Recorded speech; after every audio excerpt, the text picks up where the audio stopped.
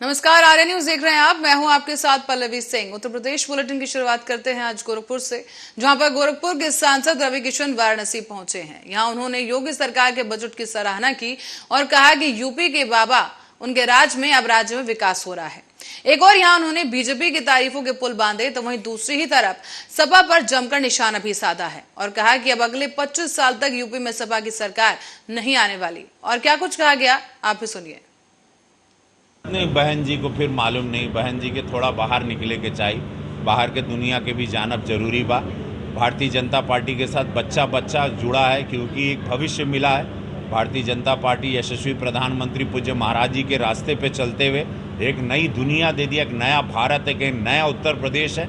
ऐसी कोई कानून व्यवस्था और सारी सुविधाओं के साथ आज सुसज्जित ये देश और कोरोना काल में वैक्सीन बनाते हुए आगे बढ़ता जा रहा है। तो बहन जी को थोड़ा अपने महल से बाहर आना चाहिए। इतने बड़े नेता माननीय अखिलेश जी, उनके द्वारा ऐसे शब्द का प्रयोग बहुत ही दुखद, राजनीति के लिए काला दिन। राजनीति गलियारों में भी इसको बहुत ही अभद्र भाषा की तरह देखा गया। मीडिया कर्मियों को भी अच्छा नहीं लगा। देश को, उत्तर प्रदेश की नज़र में उन्होंने अपनी छवि को धूमिल किया। इमेच्योरिटी, हार को नहीं पचा पाना। चलिए इसके आगे अब रुक करते हैं अगली खबर की ओर। आगरा में दिव्यांगों ने सरकार पर वादा खिलाफी का आरोप लगा दिया है। यहां भारतीय दिव्यांग यूनियन के बैनर तले सैकड़ों दिव्यांग जिला मुख्यालय पहुंचे, जहां उन्होंने हाल ही में पारित हुए प्रदेश सरकार के बजट पर दिव्यांगों की अनदेखी और वादा खिलाफी का आरोप लगा दिया है। यहां आपको बता दें कि हाल ही में सीएम योगी सरकार ने साल 2022 का बजट पेश किया, जिसमें सभी वर्गों को कुछ ना कुछ लाभ दिया गया है। तो वहीं भारतीय दिव्यांग यूनियन के जिला अध्यक्ष बॉबी गोला ने कहा कि चुनाव से पहले भारतीय जनता पार्टी द्वारा एक पोस्टर जारी किया गया था और चुनावी घोषणा पत्र में दिव्यांगों की पेंशन को लेकर 1500 रुपए प्रति माह करने का वादा भी किया गया था।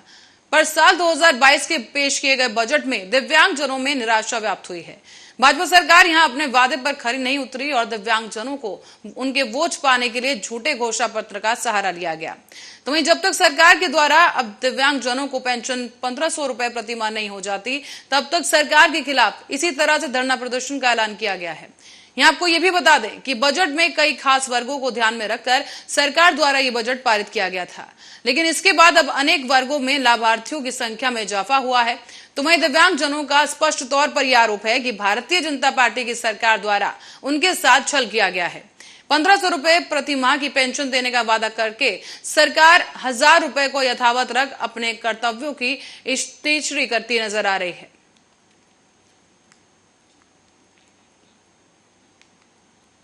कि विभिन्न मांगों को लेकर आते रहते, लेकिन आज पर्टिकुलर आने का उद्देश्य हमारा यही है कि योगी जी, मोदी जी ने इलेक्शन से पहले वादा किया था कि आप लोगों की पेंशन 1500 रुपए कर दी जाएगी 1000 से बढ़ाकर, और जो कि पता है आपको 25 तारीख को बजट पास हुआ है, उसमें दिव्यांग नाम का कहीं जिक्र नहीं हुआ है और वही 1000 रुपये हमारी पेंशन है। आज हम डीएम साहब से यही गुहार लगाने के लिए आए कि हमारी पेंशन या तो 1500 रुपये आनी चाहिए 1 जुलाई को, अन्यथा ये 1000 रुपये भी बंद कर दी जाए। अगर 1500 रुपये पेंशन नहीं आती है तो हम लोग धरने पे चक्का जाम करेंगे, रोड जाम करेंगे और सारे यूपी के लोग मिलकर दिव्यांग भाई बहन एक विशाल संगठन बनाकर धन्यवाद। तो यहाँ साफ तौर से दिव्यांग जनों में जो है आक्रोश नजर आ रहा है। कहीं ना कहीं वो ठगा हुआ महसूस कर रहे हैं कि सरकार ने जहां सभी वर्गों को ध्यान दिया है, तो वहां दिव्यांग जनों को नकार दिया गया या कहीं ना कहीं दरकिनार किया गया है। चलिए अब रुक करते अगली खबर की ओर, जहां मिर्जापुर में एमआईएम की महिला प्रदेश अध्यक्ष एडवोकेट नाजमा फातिमा का मिर्जापुर में प्रथम आने पर एमआईएम की जिला अध्यक्ष खालिद तिवारी, पूर्व जिला अध्यक्ष मुजफ्फर अली और युवा मोर्चा जिला अध्यक्ष अब्दुल रहमान के साथ सैकड़ों कार्यकर्ताओं ने महिला प्रदेश अध्यक्ष को गुलदस्ता भेजकर जोरदार स्वागत किया। इस बीच एमआईएम जिला कार्यालय कचरा कोतवाली के पीछे कार्यकर्ताओं को संबोधित भी किया गया है। ये है कि महिलाएं ज्यादा से ज्यादा जुड़े हमारी पार्टी से। हम एक अभियान चला रहे हैं महिला की राजनीतिक जागरूकता की, महिलाएं राजनीतिक जागरूक बने, अपनी ड्यूटीज को भी जाने कि उन्हें अच्छे से वोट करना है और इस जिम्मेदारी को भी समझे कि वो एक लीडर बन सकती हैं, आगे आए समाज को सुधारने। और इस बीच फतेहपुर में उद्घाटन समारोह में शिरकत करने के लिए केंद्रीय राज्य मंत्री साध्वी निरंजन ज्योति ब्लॉक के बहेरा सादात गांव पहुंची हैं। यहां उन्होंने गांव में बने विद्युत स्टेशन का लोकार्पण किया। साथ ही इस आयोजन में कार्यक्रम को संबोधित करते हुए उन्होंने एक जनसभा को भी संबोधित किया है। यहां आपको बता दें कि इस संबोधन के दौरान मंत्री साध्वी ने भारत सरकार द्वारा चलाई जा रही परियोजनाओं के संबंध में जानकारियां साझा की। साथ ही उन्होंने इसके साथ साथ एक दिन पहले ही यूपी सरकार द्वारा पेश किए बजट को लेकर भी इस बजट को सबके लिए हितकारी बताया है और ये भी कहा कि यूपी सरकार और केंद्र सरकार के सहयोग से सौर ऊर्जा योजना का संचालन किया जाएगा।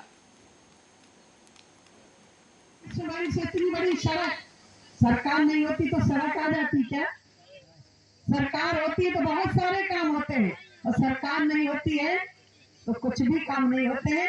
लेकिन एक एक सांसद एक एक विधायक जब चुने जाते हैं तभी सरकारें बनती हैं।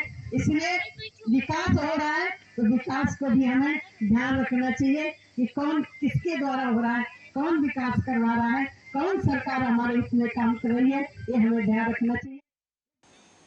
और इस बीच रुक करेंगे अगली खबर की ओर। फतेहपुर से एक खबर सामने आ रही है जहां बारात लेकर जा रही एक बस खाई में गिर गई जिससे बस चालक की मौके पर ही मौत हो गई। तो वहीं आपको बता दें कि इस दौरान उन्नाव जनपद के गांव सवाइन थाना बिहार से बारात लेकर ये बस जा रही थी, लेकिन तभी अनियंत्रित होकर ये बस खाई में जाकर पलट गई और हादसे का शिकार हो गई। और इस दौरान बस में सवार बारातियों को जो है घटना से वो आहत हुए हैं। और इसके साथ साथ आपको बता दें कि बस में जितने भी सवार बाराती थे बस पलटते ही उनमें हड़कंप मच गया। लगभग आधा दर्जन से ज्यादा बाराती मामूली रूप से जख्मी हुए हैं जिन्हें उपचार के लिए अस्पताल ले जाया गया। हालांकि इस घटना की जानकारी मिलते ही पुलिस भी मौके पर पहुंच गई और सभी घायलों को तत्काल विभाग से उन्होंने स्वास्थ्य केंद्र भेजा और जांच पड़ताल भी शुरू की गई।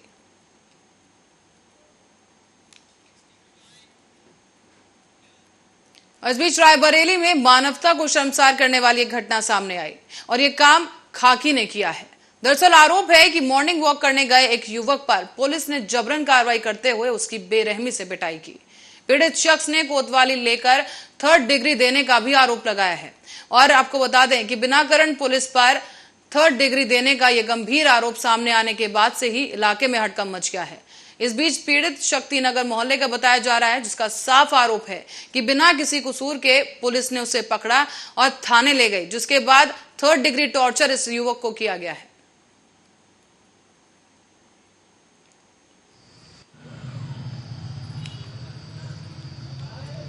समस्या ये है कि हम गांव में थे, हमारे भाई ने हमको फ़ोन किया कि वो इसको कोतवाली लड़कियों को कोतवाली खा ले गए हैं। तो वहाँ आए, जब हमको पता लगा तो पूछे तो वहाँ बता रहा था कि हम खड़े थे तो 2 पुलिस वाले आए, उठा के ले गए कोतवाली में मारे पीटे। उसको बहुत ज़्यादा चोटें आई हैं और उसका पेट वोट में दर्द है। जिला और इसके बाद रुक करेंगे अगली खबर की ओर। रायबरेली से खबर सामने आ रही है जहां 2 मोटरसाइकिलों में आमने सामने भिड़ंत हो गई। इस दौरान दोनों ही मोटरसाइकिलों पर सवार युवक बुरी तरह से जख्मी हो गए हैं और आनन फानन में इन दोनों ही घायलों को स्थानीय लोगों की मदद से अस्पताल ले जाया गया। साथ ही आपको बता दें घायल युवकों की हालत फिलहाल गंभीर बनी हुई है।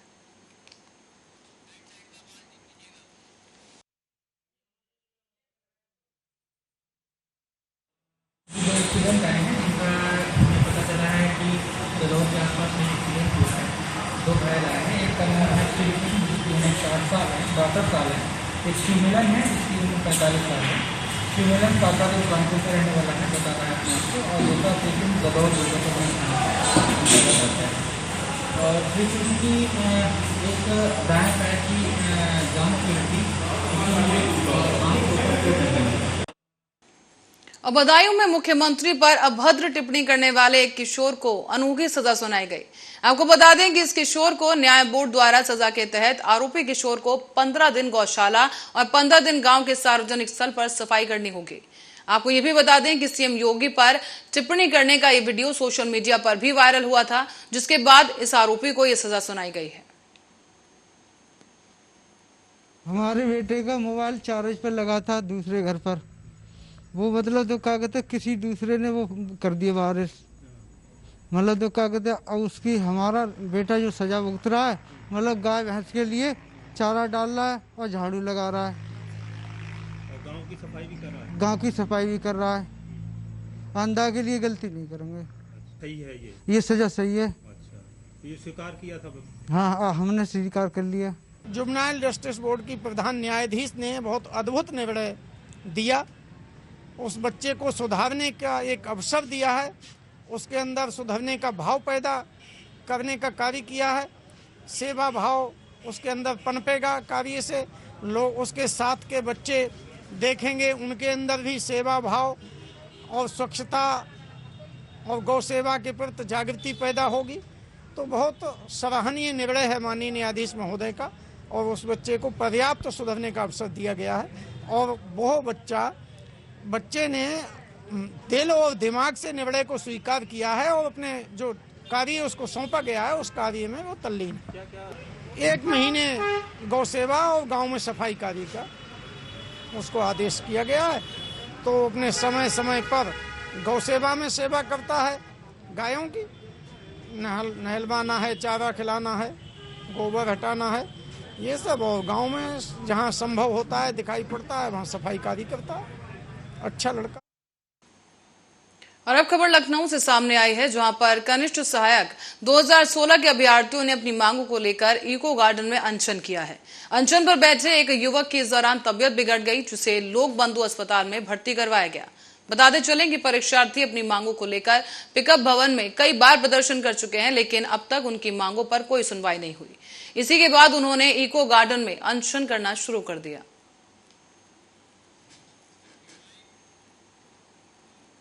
और अब बढ़ेंगे मिर्जापुर की ओर, जहां पर शहर कोतवाली क्षेत्र के बाबा घाट पर गंगा नदी में नहाते समय 3 लड़के डूब गए हैं। आपको यहां बता दें कि एक को बचा लिया गया है, जबकि 2 चचेरे भाइयों की डूबने से मौत हो गई। इस हादसे के कुछ ही घंटों बाद ही वासलीगंज निवासी दोनों ही मासूमों का शव एसडीआरएफ की टीम ने स्थानीय गोताखोरों की मदद से शवों को बरामद कर लिया है। इस बीच पुलिस ने इन शवों को पोस्टमार्टम के लिए भेज दिया और आगे की कार्रवाई की जा रही है। आज थाना कोतवाली शहर के अंतर्गत बाबा घाट बदली घाट पड़ता है। वहाँ पर सुबह 4 बच्चे गए थे नहाने के लिए, जिसमें से दो बच्चे जो है डूब गए, जिनकी उम्र लगभग 13 से 14 वर्ष थी, जिनको वहाँ के लोकल जो है स्थानीय गोताखोर और एसडीआरएफ की टीम को तत्काल बुलवा करके हम लोगों ने इंस्पेक्टर कोतवाली सिटी और मेरे द्वारा जो है बुलवा करके तत्काल बच्चों कार्रवाई की गई, जिस पर दोनों बच्चों को बरामद कर लिया गया है और जिला अस्पताल भेजकर प्रतापगढ़ के लालगंज कोतवाली पुलिस को बड़ी कामयाबी मिली है। यहां लालगंज पुलिस ने अवैध असला बनाने वाली फैक्ट्री का भांडाफोड़ किया। स्वाति मुखबिर की सूचना मिलते ही देर रात को ही पुलिस ने धावा बोल दिया है। पुलिस ने छापेमारी कर असला बनाने वाले आरोपियों को भी गिरफ्तार किया और आरोपियों के पास से 6 तमंचे, कारतूस, अवैध असला बनाने के उपकरण, 10,000 रुपए की नकदी भी बरामद की गई है। यहां चोरों को गिरफ्तार कर लिया गया और आपको बता दें कि 4 आरोपी इस दौरान रंगे हाथों पकड़े गए हैं। पुलिस ने फिलहाल मुकदमा दर्ज कर इन्हें जेल भेज दिया है। अपर पुलिस अधीक्षक पश्चिमी महोदय के दिशा निर्देश में चलाए गए अभियान ऑपरेशन पाताल के अंतर्गत वांछित अपराधी तलाश इनामिया वांछित अपराधियों के परिप्रेक्ष्य में आज रात्रि में असलहा बनाने की फैक्ट्री के संबंध में मुखबिर द्वारा सूचना मिली कि 4 व्यक्ति जैनपुर रोड पुल के पास में एक खंडहर में अवैध रूप से असलहा बनाकर खरीद फरोख्त कर रहे हैं। इस सूचना पे लालगंज की पुलिस द्वारा छापेमारी की गई तो 4 अभियुक्त सलमान पुत्र मोहम्मद इब्राहिम, सरवर अली पुत्र खालिद व 3 अदद अर्धनिर्मित शस्त्र व 6 अदद निर्मित शस्त्र जो तैयार हुआ था और 10,250 रुपये।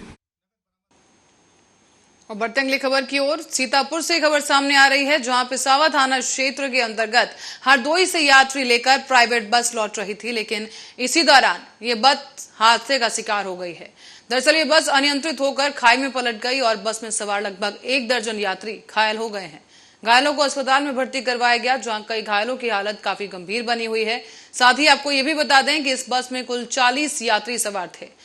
थाना प्रभारी निरीक्षक ने बताया है कि बस चालक मौके से फरार है, जिसकी तलाश की जा रही है।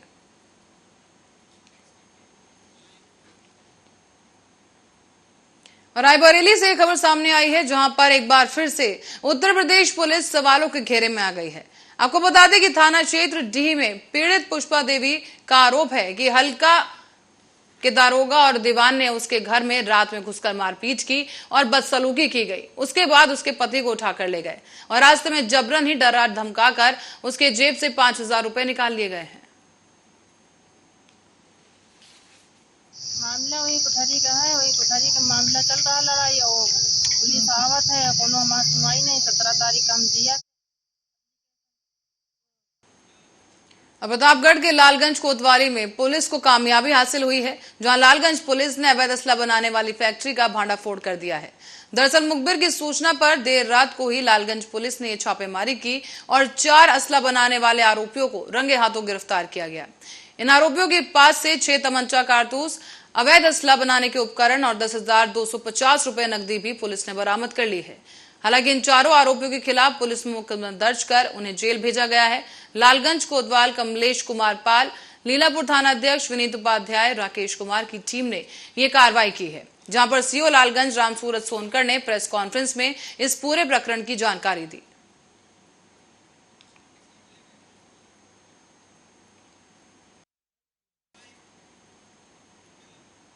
और रुक करते हैं प्रयागराज की ओर, जहां से 2 पक्षों के बीच गोलीबारी की घटना सामने आई है। यहां आपको बता दें कि गोलीबारी में एक पक्ष के 3 युवकों को गोली लगी, जिसमें एक व्यक्ति की मौत भी हो गई है, जबकि 2 व्यक्ति गंभीर रूप से घायल बताए गए और घायलों को इलाज के लिए अस्पताल में भर्ती कराया जा चुका है। हालांकि मृतक के शव को पुलिस ने कब्जे में लेकर पोस्टमार्टम के लिए भेज दिया है। तो वहीं शुरुआती जांच पड़ताल में यह पता चला है कि जमीनी विवाद को लेकर इन दोनों पक्षों के बीच ये गोलीबारी हुई। आरोपी पक्ष भी गांव का ही रहने वाला है। तो वहीं पुलिस ने आरोपी पक्ष को गिरफ्तार कर अब जेल भेज दिया है।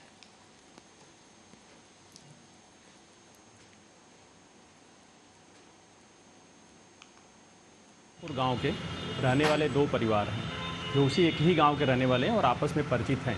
इनकी आपसी किसी रंजिश को लेकर के गोली चली है, जिसमें 3 लोग घायल हुए थे, जिसमें एक जो गंभीर रूप से घायल थे वहाँ अस्पताल में आकर के बेली में उनकी डेथ हो गई है और 2 लोगों का इलाज चल रहा है। फिलहाल अभी डॉक्टर उनको ठीक बता रहे हैं। जानकारी अभी वहाँ पे की जा रही है मौके पर, इनकी जमीन के पीछे कुछ वजह क्या थी झगड़े के पीछे का, और फिलहाल अभी इनकी स्थिति ठीक है और टीमें लगी हुई हैं। शीघ्र ही सबकी गिरफ्तारी के लिए 5 टीमें रवाना हैं और जो भी इसमें शामिल लोग होंगे, जो इसके पीछे होंगे, सब। और इसी खबर के साथ ही उत्तर प्रदेश बुलेटिन में फिलहाल के लिए इतना ही। देश और दुनिया की तमाम खबरों के लिए बने रहे हमारे साथ, देखते रहे आरा न्यूज।